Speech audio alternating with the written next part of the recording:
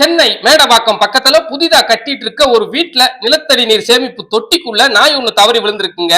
எப்பவும் போல காலையில அந்த வீட்டுக்கு வேலைக்கு வந்தவங்க உள்ள நாய் விழுந்து கிடக்கிறத பார்த்து ஒரு பலகையை தூக்கி அந்த தொட்டிக்குள்ள போட்டு விட்டு நாய் எப்படியாவது அதை பிடிச்சு மேலேறி வந்துரும்னு காத்துக்கிட்டு இருந்திருக்காங்க.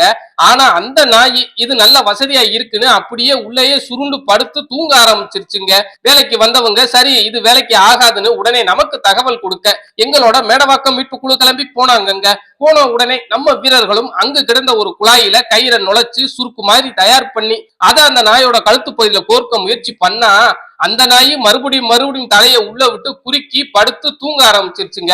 நம்ம வீரரும் அந்த குழாயை வச்சு குத்துறாரு, மற்றொரு வீரர் வலையை பிச்சு உள்ள போடுறாரு.